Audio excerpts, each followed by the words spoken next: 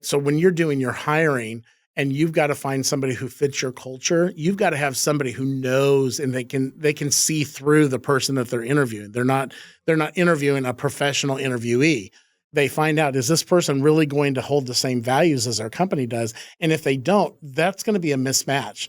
And so you're going to run into those things where the employer is posting something on their pages or vice versa. And now we have to deal with those issues. Again, it's alignment. It's all about alignment. And you've got to have the right people in the right seats doing the right things. And when you don't, move swift. I mean, you've got to be able to make sure that you have the right people here.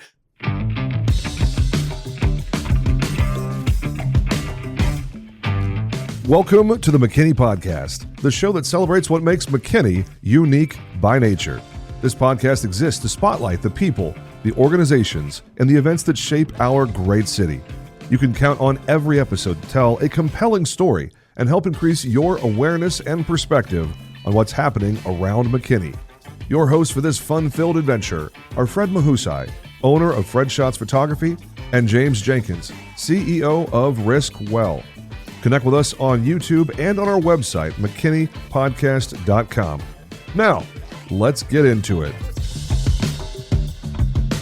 All right, folks, welcome back to another episode of the McKinney Podcast. We celebrate what makes us unique by nature. Our guest for this episode is Mr. Rod Querry. He is the CEO of the Arcue Group, and he is a fractional chief HR officer and an amateur pastry chef. He likes to bake things in the kitchen. Spent a lot of years in ministry, which we'll get into here in a little bit. Just an eclectic background, and here we are now as the CEO of a consultancy that focuses on HR. Absolutely. Welcome. Thank you Glad very you're much. Here, man. Appreciate the opportunity. Yeah, well, I'm going to start off by throwing a flag. Do we have like penalty music up there? No, but this will do. Here we go. This is story time, right? Yeah, story time. So story time is that every week we meet for links at the Flour Mill in Diamond Hall, right there in the heart of downtown McKinney. And Mr. Rod Querry is there, a part-time pastry chef aficionado / creator, and he has never brought a pastry to Link. So I'm going to throw a flag down on there. You're going to be penalized 15 yards and 5 minutes at the start of the next quarter. There we go. Love it. I'm trying to figure out which one of these sounds is actually going to work. There may be a penalty sound somewhere in here. No, there's no penalty sounds. We'll just have to imagine. You'll have to load up one of those, like a big bang. Because that's not obnoxious, right? That's right. Oh my gosh. And no, there's nothing in there. No, we'll just we'll have to leave that alone for the future. We'll have to put that on the hit list for I'm the next surprised thing. my kids haven't done it. There's so many of these sound things that are my kids just messing around on the microphone, recording a little snippet because they find it's interesting. That's awesome. Rod, how did you get to this chapter? Like, give us the backstory. However, we always like to keep this open-ended. Whatever sort of context you want us to have about you as a guy, as a family man, husband or dad, if that applies to your life story, whatever kind of context you want to give us about how you got up to this current chapter. We'll spend most of our time with you in the current chapter. We always love to get context and whatever backstory you want to share with us. Absolutely. So I went to college to actually go into organizational development. So my goal was to consult with organizations to make sure that the right people were sitting in the right seats.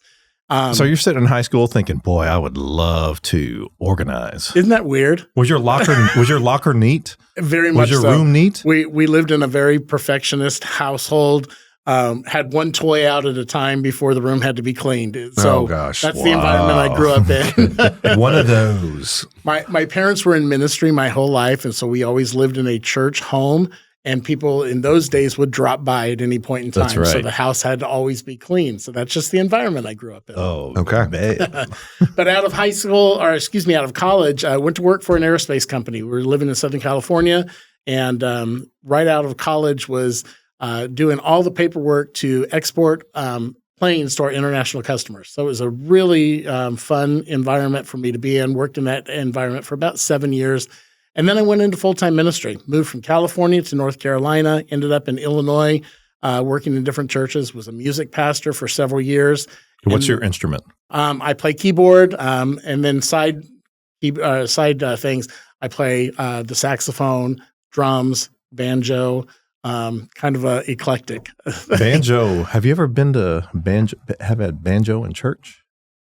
No, doesn't ring a bell. We have.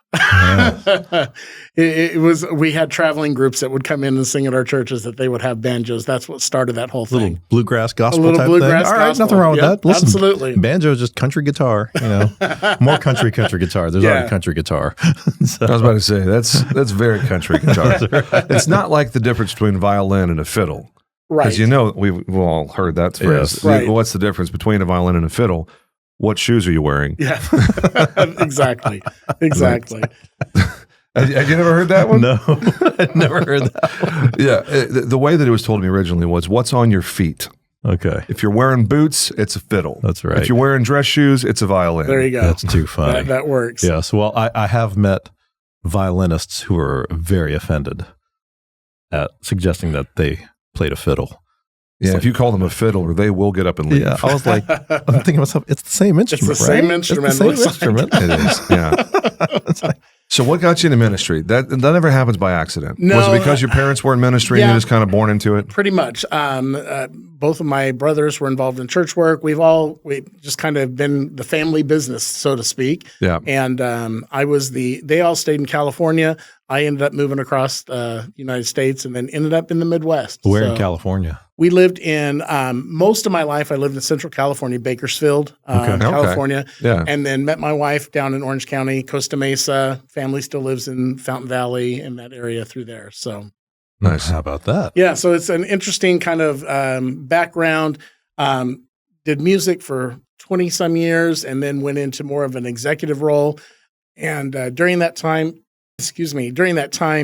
went to work bivocationally, went to work for Wells Fargo Home Mortgage, and just had an interesting career. I started out as a temp, and in a year, I was an assistant vice president of the organization. Wow. Literally walked into each office, and the boss was moving to another role. I applied, and because of my leadership background and my education, took those roles on. And so from that point on, everything that I did, HR was a part of that world. Whether my title had HR in it, I seemed to get that because I was the guy that worked with the people and could go in and work with cultures. So in 2018, I actually retired from full-time ministry, started my consultancy, and decided at that point that I was going to work with organizations that had toxic work environments.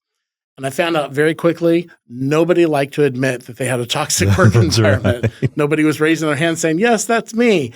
And so I had a rough time kind of getting it started. My wife had worked for a transportation company out of Fort Worth.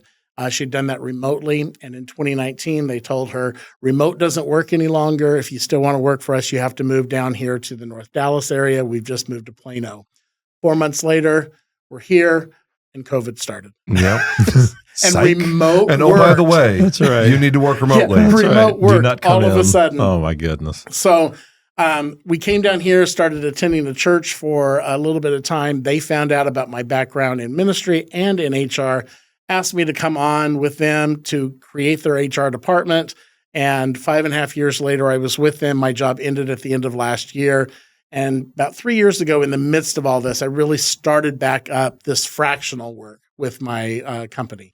And rather than just going in and solving problems, started taking on clients that either didn't have anybody, or as I like to say, or Betty in accounting, who was good with people, was running their HR department. Right. So I went and got my credentials, got certified as an HR consultant, and started working with people. And my whole goal, I love working with people. I love going into environments and really sitting and listening to people. I find out that most of the time businesses say that they've got people issues, they've got people problems, and it's never that case. It's always alignment problems. Mm-hmm. They have the alignment that's going on.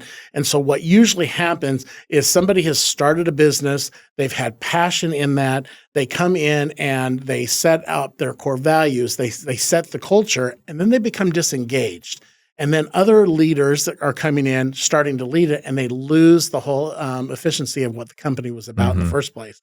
And so I find that, people are not just payroll, they're not just on your payroll, they're not just costing you money, they're people. Right. And when you finally come in and you start listening to people and you hear them and you see them and you understand them, all of a sudden something happens in the culture. And I did this when I was at Wells Fargo. I inherited the least producing site in the nation for Wells Fargo. We had 18% customer satisfaction scores. And we were closing first mortgage loans. This was before the mortgage crisis at 41 days. The national average at that time was about 21, 22 days. Wow. And 3 days into my job, I called my boss, kind of created what I call career suicide. And I said, why did you bring me here? And she said, I can teach you the first mortgage side. What I can't teach you is how you have went in, built morale, and built productivity. I went to work. 18 months later, we were the number one producing site in the nation. Our customer sat went from 18% to 92%. Our closings went from 41 days down to 20 days. Corporate starts calling, going, what are you doing? What's going on? What policy did you change? What procedure did you change? And I said, I didn't change anything. They actually had me start coming on calls and training other fulfillment centers nationwide to say, what are you doing? And it all boiled down to listening to people, seeing them, hearing them, and understanding. And that's really what sparked my whole HR career, is because I was a vice president of a fulfillment center doing HR work, is really seeing what people were doing and really making sure that the culture was aligned with them. Productivity will go through the roof when leaders finally see who they hired, right? They hired them for some reason in the first place. They had to have some competency there. But then we get back into this thing where we're micromanaging people, or we're not trusting our people, or we're nickel and diming them on every minute that they're walking in late or whatever.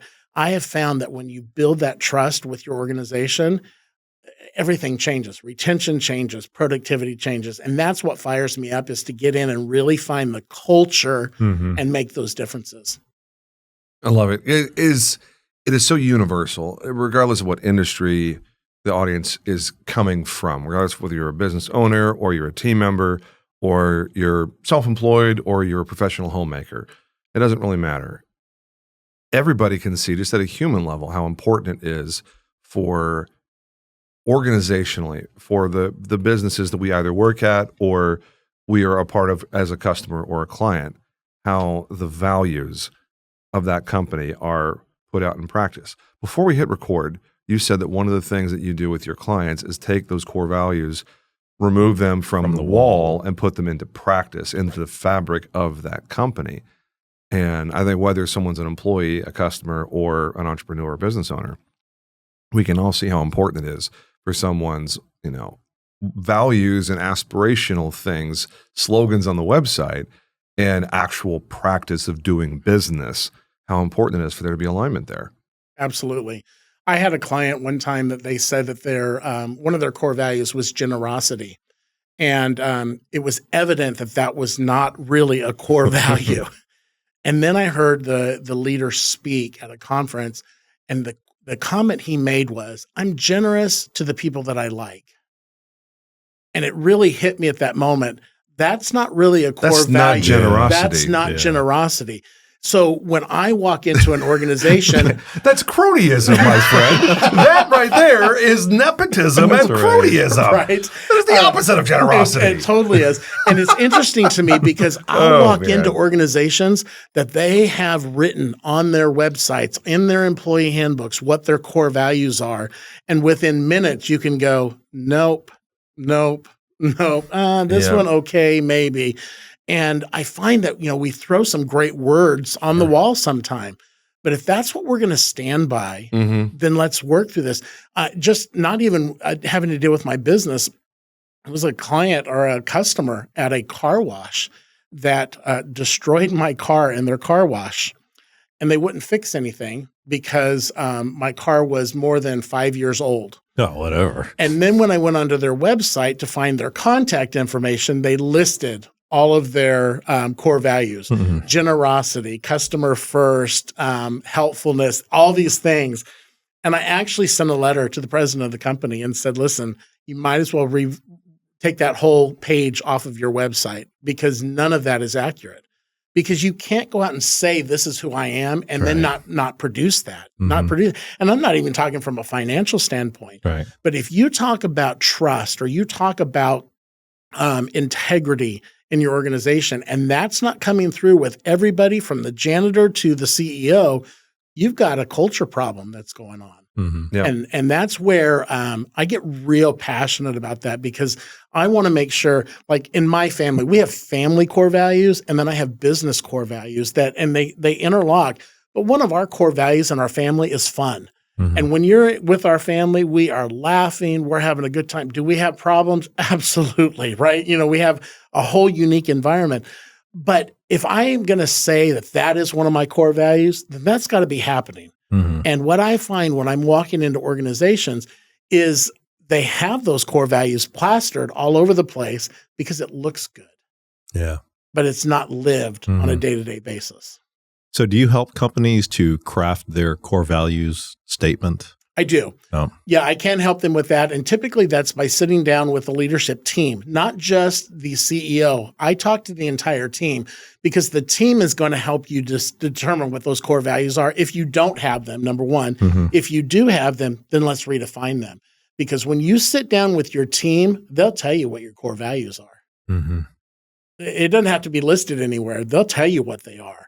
And we have lost so much in America, I would say, as a general rule. It's kind of a big basis to say that. But we have seen in corporations that when we are working with our teams and we're trying to get them building morale and having a great thing, we think that when we bring in pizza for them, that's going to boost the morale, right? And we've missed it. That's placating them. They can see it from a mile away. They know what's going on.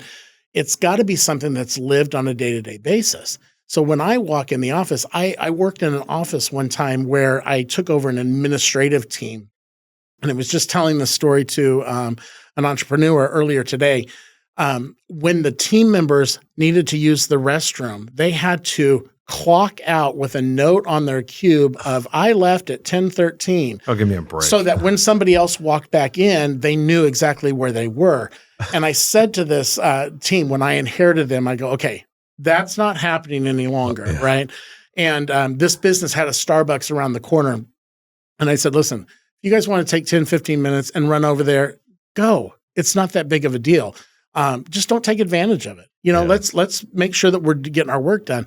And I tell you, overnight, productivity changed because they didn't have somebody standing over top of them, somebody who believed in them, who valued them, and who said, hey, you're important to our organization. You're not just on my payroll. You're important to our organization. And that's what I love to do, because when I go in to see these, I tell people all the time that I'm a people strategist, and I can sit in a room and I can look and survey the room and be like, okay, here's an issue over here. We need to work on this. And I can tell what's going on just from the environment in the room. I've been doing this a long time. And when you find a leadership team that is open to that feedback, you can change the environment overnight. If you find a leadership team that says, we don't need anybody to tell us what we're doing just great, that business is never going to thrive. So you go ahead, Fred. No, go ahead. Yeah, go. You found yourself in Plano, it sounds like.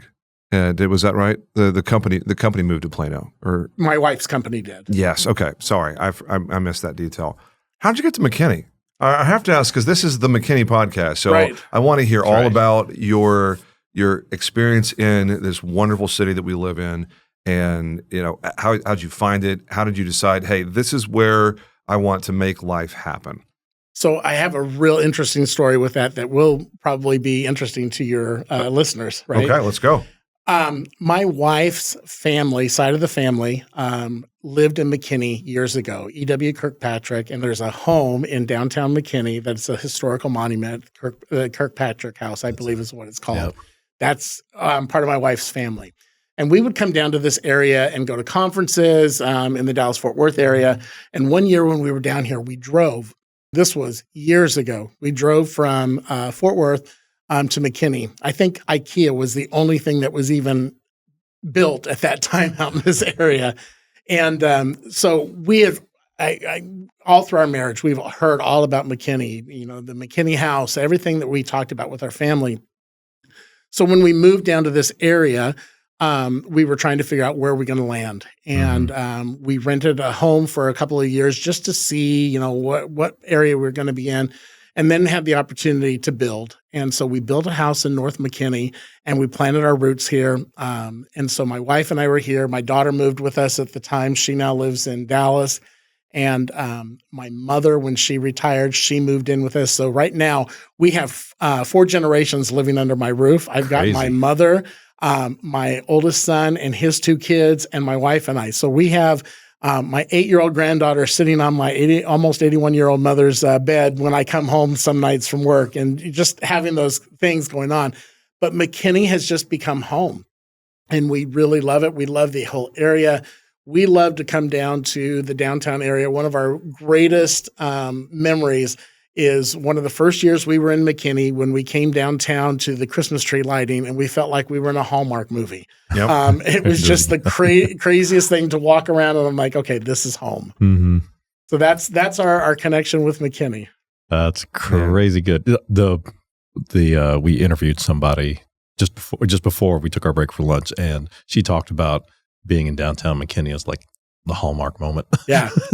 And they're actually doing the Parade of Lights. It was the Rotary Club here in McKinney. Okay. So if you want to be in the Parade of Lights this year, there we go. I know who does that. You just let us know. That's right. Connections. And if you know somebody who wants to propose to their bride in front of the Christmas tree in the middle of the parade, that spot is for sale. For a $250 donation. Right. Going straight to the Rotary, not to the McKinney Podcast. Good to know. Put that out there. We're not taking an agent fee or anything. No. It's going straight to the donation box. That's right. But that could work out well for a dating site. We'll have to talk about that offline.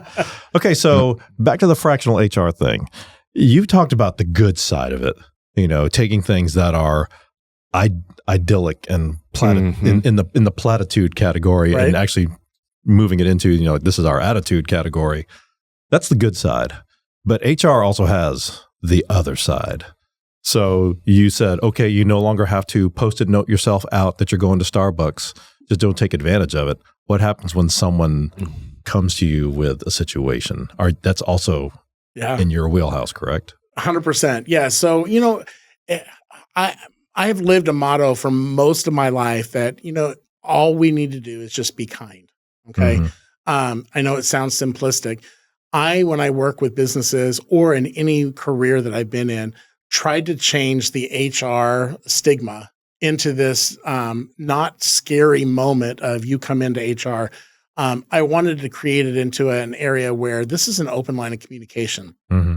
But there is those lines that you have to hold to, and there's boundaries. And when somebody steps over those or they're not doing those things, what I have found, I have disciplined so many employees over the years that hug me when they walk out of the office. That's an unusual situation because nobody's like looking for correction, right? No. But when you treat somebody human and you treat them kind and you say to them, hey, you knew where this line was, this is where you've stepped over. It's not about slapping your hand. Here's what I need you to do. Now let's outline it. And I think that that's why most businesses miss it, is it's just about discipline. Let's do the write-up. You're on probation for 30 days. Well, are we looking to discipline or are we looking to improve the culture of what's going on? And so I have found that when people know what they need to do, they will adhere to it. And when they get to that place where they haven't done what they're supposed to do, it's an easy termination, and I hate to say it in that aspect, but everybody knew up front. I had a mentor years ago that said to me, when you start to enjoy terminating people, you need to be in a different environment. And I totally get that. But I remember terminating an employee years ago who had been on production PIPs over and over again, improvement plans over and over again. And the company would just get her past one of her improvement plans, and then they'd be like, okay, she's doing good. But they never would follow through. And when I got hired on, my very first day, I walked in the office and one of the executives came in and said, hey, just want you to know you have to terminate this lady on Friday. And it was my first day on the job. And I said, why are we terminating? And I get this litany of what they had done. And I said, well, why hasn't anybody followed through? Oh, well, we just didn't want to hurt her feelings. Like, okay. So you're going to have to give me some time in order to work with this. But they didn't mind hurting your feelings. Right, exactly. Right. So I went in, I pulled her in that day and I said, listen, my job today was to terminate you. And just so you know, I don't want to do that. Here's what we're going to do. We're going to lay out a plan of what needs to be fixed because evidently something's not working. So we did. 6 months later, she was terminated. Ugh. And it was because she wouldn't follow through on the plan. But nobody followed through. And so, we just let people kind of do whatever they want to do. Mm-hmm. There's got to be boundaries. There's got to be directives that people are taking care of. But on the flip side of that, when they know what's going on, it's an easy termination at that point because you've set the boundaries with them. You thought that story was going to have a happy ending, didn't you? Well, it did not. It did. Plot twist. It did for 6 months. It did for 6 months. So I was unless yes, you're the business owner or the executive, and what that story reads is ineffective hiring and offboarding and disciplinary processes that led to an unfit employee's ability to milk the company for 6 more months of compensation. That's right. And not deliver what they expected to receive from her. No. Well, and the other part of that too, though, is you've got to take the responsibility for the leadership here, right? 100%. The leadership is not following through on that. And I say all of what I just said because of this fact. I could have terminated her on the day one that I was there. Unfair to me because I have no clue what's going on or any of those things. But when she was terminated, it wasn't a surprise. And that to me is where businesses miss it. If you say you're never going to walk in one day and you're going to be terminated and it's going to be a shock to you, I've not done my job, right? I should, along the way, you should know where you stand. Yes. And if there's a surprise, I didn't do my job. If you walk in and you're going to quit your job or whatever, and I know nothing about it, prior to, she's not done her job, right? There's got to be good communication. There should be enough trust between organizations, between leadership and the employer or the employee, that they have the freedom to communicate those things without retribution. So if I'm working for you and I have an opportunity to either increase my skills, take on something new, take on a new adventure, I should have the freedom to be able to come to you and say, listen, I love what I'm doing here, but I have this opportunity. And if I'm truly a good leader, I'm going to help you get to that place. And that's where we miss it because we feel like it's personal against us. Somebody wants to leave my organization. Well, are they going to better themselves? Yeah. I mean, if there's anything I've learned, hiring and firing and onboarding and offboarding over the last several years is that you should be encouraging people to be selfish. And having those kind of open conversations. In the last, what's May is the 5th month of the year. In the last 5 months, we have had 5 departures from a company that, 8 months ago was 11 people, and now it's 6 people. And 3 of those departures were terminations, and 2 of those departures were voluntary, and likely would have been terminations had they not left. Within a month or 2, it would have been a termination. And all of those were examples of my failure to adequately communicate expectations and have accountability and buy-in from the team member.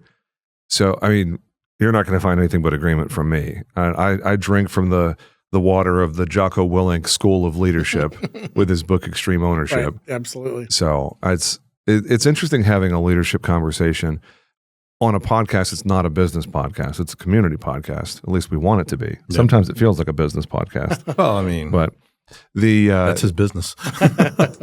Because most of the people that we know are other business owners, that's obviously. Right. But the notion of ownership of your role isn't just for people that own businesses. Right. I mean, every single person listening to this show, I'm talking to you if you're watching on YouTube, everybody owns their space, whether they're owning it well or not. Everybody owns your space. It's just a question of how well you're owning it. If you're a professional homemaker, for instance, I mean, you own that space. I mean, I'll be the first to tell you. Anybody who asks me, well, who runs the house? Allison runs the house. It's my responsibility to be head of the family in a biblical sense. But as it pertains to the four walls of our house, the schedules that our kids take, Allison's in charge. It's division of labor. It's not because she's a female and that's her role and woman, know your place. Like it's 0% that. Right. You met my wife, you know it's 0% that. But it's the leadership manifests itself in any number of different ways. It might be in a professional context with a director of HR or whatever. It may be a nonprofit volunteer or board member. It may be someone with a side hustle. It may be someone in a romantic relationship where are you owning your role of boyfriend or girlfriend? Yeah. Are you approaching it with intentionality and owning your space? I think the concept of ownership applies to everybody listening to this podcast. Yeah. Well, and for me, it boils down to communication, right? It's not just me talking to you or you talking to me, but it goes back into what I said earlier. People need to be seen, they need to be heard, and they need to be understood. And in every context, just every one of those things that you just mentioned, if those three things happened, I mean, we would be living in a whole different world. We'd be living in a whole different space. And defining those roles and what they are, when I have counseled people in the past, I've explained to them, you set boundaries when things are good. Mm-hmm. You don't set boundaries in the middle of the war. Okay. You may have to change directions. You may have to do things to get through the situation that you're working through.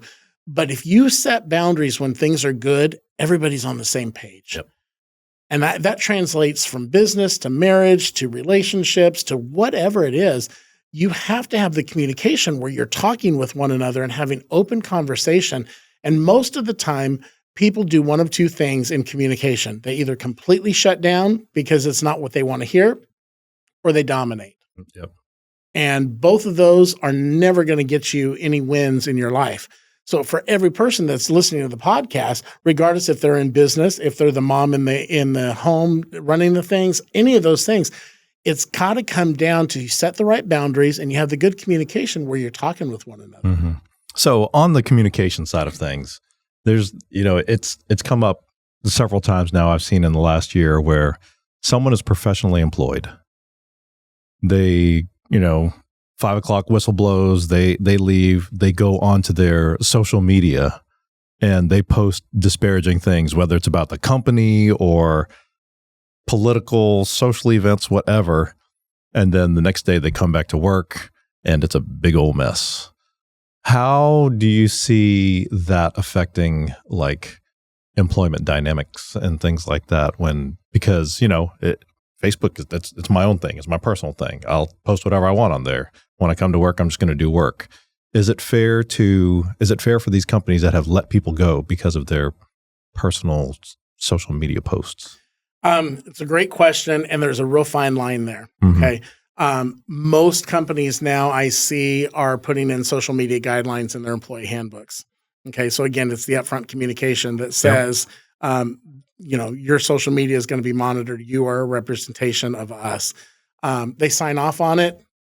It is what it is. Even though my paycheck ended at 5 o'clock. Right. Because you are a representation of that company. And if you have signed any type of an agreement, if that's in your employee handbook and you have signed that employee handbook as a leader and as the CEO or whomever in that organization, I have the right to go and view your social media. I've worked in organizations where I've had to call somebody up and say, you need to pull that down. It's a hard conversation because then we get into that's my personal thing. Well, you are a representation of this company. Even though I'm not on the clock. Even though you're not on the clock, you are a representation. Wow. Now, if your company doesn't have a social media clause in any of your documentation, now we have a fine line here. Mm-hmm. Because at that point, you've never set the boundaries to say you can or you cannot. I have seen so many companies who have terminated based simply off of a social media post. Where were we a couple of months ago with the two executives that were at a concert and they got seen on their social media. Coldplay concert. Right, Yeah. the Coldplay concert, right? You would have to assume that they were a representation of that company, and Now, they correct me if I'm wrong here, but that was the CEO and the director of HR. Director of HR. For Literally, that company. My colleagues, when that happened, were asking me the same question: How are you? How are you representing yourself here? It brings up a whole thing, but I Fred, just had so many questions. it brings that fine line, right? Because how do you discipline up to termination on there? What was said up front? What were the boundaries up front? Yeah, because then you come just recently where you have a reporter and a head football coach. Some things got posted, and she immediately did she voluntarily exit from the company, or was she shown the door? But I think they showed her the door, but the coach got a. There's some pretty ridiculous double standards there. The reporter was sacked, and Mike Vrabel, the cheating philanderer, got basically a minor slap on the wrist and got to keep his job. Meanwhile, the woman in the equation, two consenting adults. It wasn't like there was a crime committed. Now, was it unethical? Yes. Was it immoral? Yes, of course. Any infidelity is. If you're going to cheat on someone, have the decency to divorce your spouse first. If you're no longer in a relationship, that's right. If you're going to quit on the relationship to the degree that you're going to sleep with someone else, at least have the decency to allegedly at least have the decency to divorce your spouse. Mm-hmm. I don't obviously agree with divorce or infidelity of any kind, but come on, you're going to do that. Like, come on, man. Yeah, but I just think the double standard to your point, like she was fired and he was minorly reprimanded. Yeah, make that make sense, HR guy. Yeah, or even back to the employee as a representative of the company, so they need to mind their P's and Q's when they're off the clock. What about employees who, let's say, have very strict conservative views, who are working for a company that maybe has liberal leanings, and the company on their social media are posting things that don't necessarily align with their conservative views? There's no recourse for the employee to fire the company, right? Correct. And it goes back again now to core values, right? So when you're doing your hiring and you've got to find somebody who fits your culture, you've got to have somebody who knows, and they can see through the person that they're interviewing. They're not interviewing a professional interviewee. They find out, is this person really going to hold the same values as our company does? And if they don't, that's going to be a mismatch. And so you're going to run into those things where the employer is posting something on their pages or vice versa. And now we have to deal with those issues. Again, it's alignment. It's all about alignment. And you've got to have the right people in the right seats doing the right things. And when you don't, move swift. I mean, you've got to be able to make sure that you have the right people here. I go back to what you talked about a second ago about the number of turnovers that you had seen. And there were reasons for those things, whether they were aligned right, whether they were competent. It doesn't matter what the reason was, right? There was something. But if you don't move swiftly enough, and my example of the 6-month thing, that was simply for me to walk into a brand new business not knowing anything of what had happened in the past. You got to define what that timeline is going to be like, but you can't let it go on forever, right? You have to find the alignment that goes there. And again, it goes back for me to values. Cultural values and core values. Well, I think that was a great what you said there. In this, you're new to this company, and not only were you vetting this particular employee, you're also vetting the company. Correct. Are you gonna give her the can because you just don't like her, or are you going to give her the can because she's not aligning with the company platitudes? Right. So interesting. Yeah. Interesting. But I also think, that's also why you shouldn't have Betty in accounting also handling HR, because Betty's going to get the short end of the stick regardless of how 100% of the time. Yeah. 100%. And, HR many times, especially from a fractional standpoint, I don't mind being the bad guy. Because I know what the legalities are. I know what compliance is. I know what the laws are from state, local, federal, whatever it is. I have to be up on those things. So I'm confident enough when I go into situations to, if I have to be the bad guy to say, no, this is the line that was crossed, I can do that. A lot of businesses don't want to do that. They don't want to be the bad guy. And that's the hard thing sometimes for people. And that's why as a fractional, I give them a fraction of my time for a fraction of the cost. What it would cost to hire somebody for a chief human resources officer, I'm charging 2 to 3% of that actual cost. And most businesses, most startups, small to medium-sized businesses can't afford to hire somebody full-time. So that's where somebody like me will walk in to give them the same type of expertise and executive level human resources support without them having to pay for somebody full-time. So what would be an ideal size for someone to start considering the Arcue to come in and do what they do? I tell people, if you have one employee, you need me.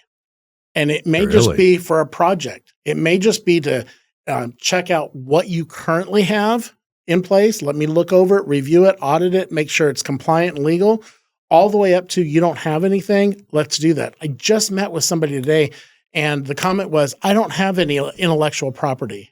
And I said, well, let me explain to you what intellectual property is. Do you have any IP agreements in your company? And her comment was, no, I don't have anything. And within 2 minutes, I showed her every type of IP stuff that she has. And she's like, oh, I need one of those. So it doesn't matter what the size of the business is or the industry that you're in. If you have an employee, you need to have somebody who is professional doing that. I would never go up on my roof and try to change the shingles on my roof. Preach. Okay. Yep. I'm going to call an expert that knows what they're going to do. I'm going to pay them because that's their expertise. Why don't we do that with HR? Because people aren't as important to us as we think they are. And that's the truth. If you have 1099 contractors, you need the Arcue Group. The laws have changed so drastically with 1099 contractors. Yeah. And most people, most businesses, and that's a huge statement to say, but most businesses that bring on 1099 contractors are doing it wrong. Yep. And they will be sued and their company will be the loser. The laws changed a year ago and they didn't change in favor of the business owner. But people don't know that. And that's where my expertise comes in. That's my job, is to know those laws and to protect the company. I'm holding hands with the CEO and I'm holding hands with the employee. And I'm trying to make a balance here to where they can really go out and just take care of building the business and let me handle all the infrastructure behind the scenes. You know, the entire concept of labor is becoming a lot more complex in the current world. And it will become only more so as AI becomes more commonplace, more utilized broadly across lots of different industries. And this is pure speculation, obviously. So thank you for indulging my curiosity. I sit across from an expert. I want to get the expert's opinion on this. What is the nature of labor itself going to look like in a long time horizon, say 20 years from now? Because let me give some context to my backstory to the question. For the last 20 or 30 years, my generation has been sold the line of you grow up, you do good in school, you go to college, you learn some sort of, high-paying white-collar job, and you get your, annual bonuses and increases. You set aside money for your 401k, you get married, you have kids, you raise a family, you buy a vehicle or two, save for your kids' college fund, and then you, at some point, have enough money to retire. And it's like, okay, well, that's all fine and well and good 30 years ago. Right. But now, in the age of AI, all of these white-collar jobs are now being replaced or drastically reduced every single company that I can think of in the white-collar sense, they're reducing their hiring need for white-collar positions because they're installing all these AI things. So for now, all these blue-collar trades that our kids of, my generation and the generation that comes behind us, our kids, Fred's about 14 years older than me, so he has his kids are old, roughly 14 or so years older than my kids. Or my kids are 9 and 6 for context. my kids are growing up in a world where blue collar work is much safer from disruption brought on by AI, but we're not that far away from blue collar being disrupted too, because at the risk of turning this whole conversation into an AI conversation, 20 years from now, there's going to be a lot of robots running around with AI brains inside of them. And that robot can be trained to be a plumber. Now, it's not going to have the dexterity of a human, because that would take centuries to develop what God built into the human body. But you and I both know there's going to be robots doing blue-collar trade work before too long. That being said, white-collar has already been under attack for the last couple of years. If you're a transactional attorney, you're terrified for your life, because your livelihood is under attack categorically. If you're an accountant, if you're a banker, if you're a financial analyst, if you're a software engineer, your very livelihood is under attack by the very innovations that you helped build. Right. What happens when blue collar faces a similar fate 10, 15, 20 years from now? What does labor look like in the age of AI? So it's very interesting to me. I actually just made a post today on my LinkedIn about AI and how AI will not replace the human of human resources. Now, it may go in and automate everything, and it may end up being robotic. But when you take out the human side of all of this, you're missing a huge piece of this. The human resources industry in itself is under attack right now, because a lot of businesses are going solely to AI. Now, there are great things about the AI aspect just from a human resources standpoint. Framework, building systems, building automations, all those things are great. But there's nothing about sitting across from somebody and having that one-on-one conversation to make sure that they are aligned with the business, right? So we're missing that part. When you talk about other industries that, are where we're going to be in the next 10, 20, 30 years, it's a scary environment, because we may have robots running everything, right? And that could be the whole thing. But when we take out the human aspect of it, we're missing something. I am not old by any means, but I'm 57, and I remember my dad saying when the banks changed over to ATMs, and him saying, "I'm not going to use that machine. I want to talk to a person." Right. And now here we are all these years later, and I'm thinking, I don't want to use that machine. I want to talk to a person. How many times do you pick up the phone and you call and you're screaming representative on the phone because you just want to talk to a human? Yes. Yeah. Where blue collar jobs are going, it's a scary, scary thing to think about this, because we're creating everything that is going to take away the human aspect of us. Well, I think if I were to prognosticate, if I were to speculate, the AI, the machine, is going to handle all administrative work, all clerical work, all policy-driven work, all nuts and bolts, X and Y analytics, all of the business insight, the crunching numbers, the running formulas, the projections, the benchmarking, all of that stuff is going to be done by some future version of AI. All of it. Those jobs won't exist anymore, in my opinion. What will exist is judgment, empathy, communication, human connection. Sales will always exist. Salesmanship, salespersonship will always have a place, I think. Because to your point, robots can be taught to do all kinds of stuff. I don't know if you heard any of the AI music? Yes. Actually, it's stinking amazing. I was flat out gobsmacked. My jaw was open because I was at my friend's house, and he had this kind of blues, kind of jazz playing through, I forget what the music service was. It was not Spotify. It was like Pandora or something. And he and I have been listening to it, and it hadn't changed track. It hadn't gone to the next song after several minutes. And I was like, is this B.B. King? This sounds a lot like, this has very B.B. King energy. Yeah. And he said, no, it's AI.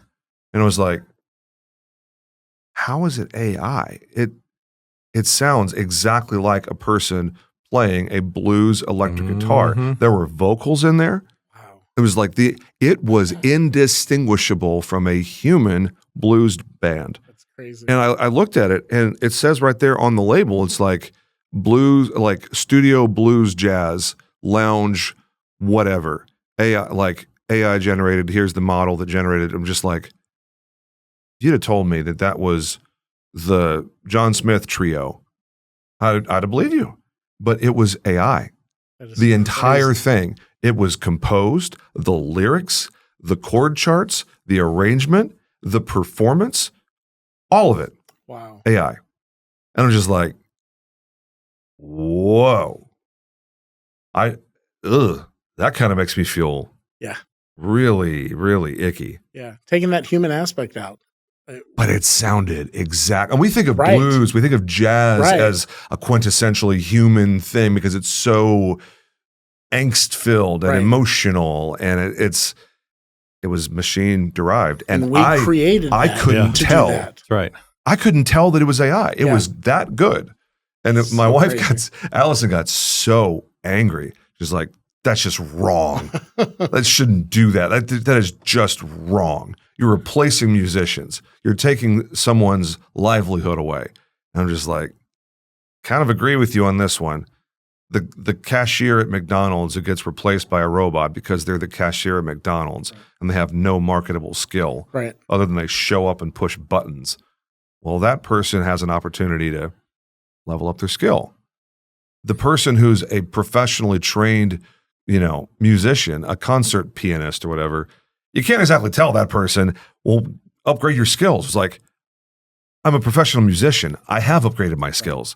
And AI just comes in and boop, gone. Well, an attorney friend of mine said to me today, be careful when you're doing contracts through AI because AI doesn't have a law degree. That's right. And I thought, wow, that's kind of a brilliant thing to say in that because when we solely focus just on what AI can do, and we take that as truth, we take that as factual without having any type of representation to make sure that it's compliant and it's legal, we're in trouble. I had a client one time that sent me their employee handbook, and it was handwritten out, scratched out somebody's name, and put in their business name that they had downloaded. And when I went through and looked at their employee handbook, I'm like, where did you get this? Oh, we downloaded this. And I'm like, oh God, we're in trouble, right? Because we've missed that. AI is only going to be as good as what we input it and what we teach it to do. And if you don't have that human aspect of it coming behind the scenes and making sure that it's legal compliant, we're setting ourselves up for some problems. I think the very nature of labor, of human effort, in exchange for the receipt of compensation. I think humanity's in for some really, really, really challenging times. The nexus, the inflection point of labor, of geopolitical realities, of economics, of supply and demand, of poverty, of drugs and other illicit ways of making money for yourself. All of these things collide. And I think I can't really not think of, apocalyptic times. And it's like, for those of us that read the Bible and believe that it is the literal truth, it's like the end of the world is going to come at some point. I have a hard time believing that AI is not in some way largely involved with the downfall of humanity. Oh, yeah. I mean, there was a whole movie series that started with Arnold and the Terminator, right? And I think, I was just sitting here going, you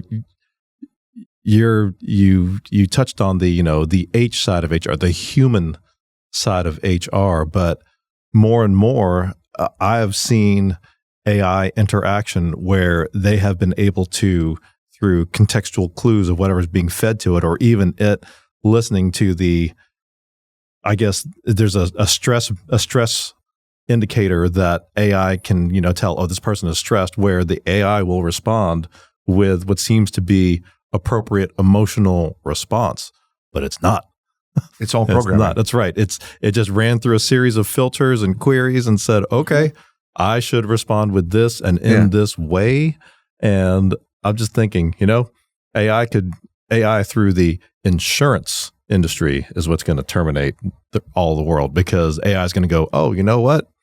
Fred, he's mid-50s and he's got this condition. It's best overall financially for the economy of our world if he doesn't exist, and they send out the Terminator. They just get rid of me. But, with actuarial Terminators. That's right. That's, you think it's going to be this big Arnold looking thing. No, it's going to be, someone in a android in a suit carrying a briefcase. We have devolved into a sci-fi podcast. That's right. But getting back to it, we have 2 minutes until our next episode. With that example of the person downloading the handbook, do you find that people are using AI to handle their HR situations in terms of, I'll say, hey, ChatGPT, I've got 10 people in my company, 3 are this age, 3 are this, and, how best do I approach these things? Is that something that, because, James and I are kind of like DIY kind of people. We want knowledge, we go get knowledge. How do you do this? YouTube University gives us our stuff. So my answer to that is that's happening a lot. All of the companies that I'm dealing with, especially small to medium size, and it's because they are in that DIY environment. They don't have the resources. They're not going to pay for the resources. So it's like, I've got to figure this out. Okay, answer my question. And again, it is only as good as what has been programmed into it. I put into ChatGPT here recently, I put in a legal document and asked a question, and ChatGPT came back and gave me the wrong answer. And I knew it. I set it up because I wanted to see what it would say. And I actually typed back in and I said, that is not the correct answer. This is the correct answer. And the message I got back was, thank you for correcting me. So you're training the Terminator. I am training this person.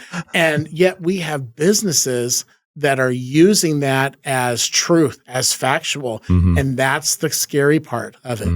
If you're asking this ChatGPT or whatever you are using the answer and you don't have something to validate that or to come back through and make sure that you are compliant, you're setting yourself up for failure. So can't remember the phrase, but the basics are you're trading dollars. You're trading dollars for dimes, or you're trading dimes for dollars. Yeah.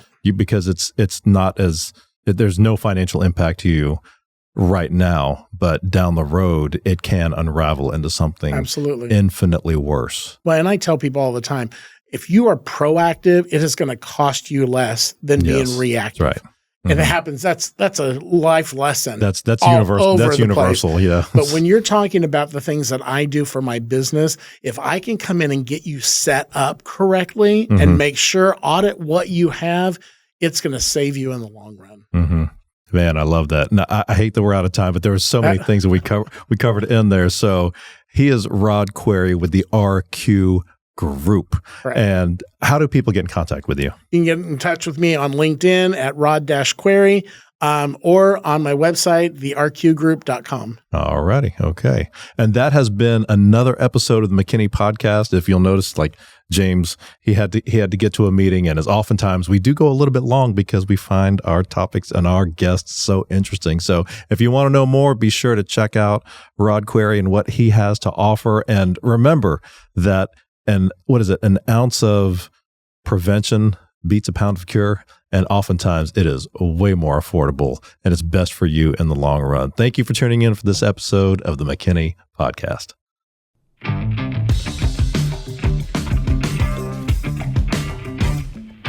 Thanks again for listening to and watching the McKinney Podcast. We drop a brand new episode every Monday morning. We'd love to connect with you and hear your thoughts, suggestions, and guest recommendations. You can message us on Facebook or send an email to us at mail@mckinneypodcast.com. This entire production is a passion project for James and Fred and our lovely wives, Elizabeth and Allison. We're so grateful to have you along for the journey. We look forward to seeing you again next week and hopefully in person around town. That's all for now, ladies and gentlemen. Make it a great day.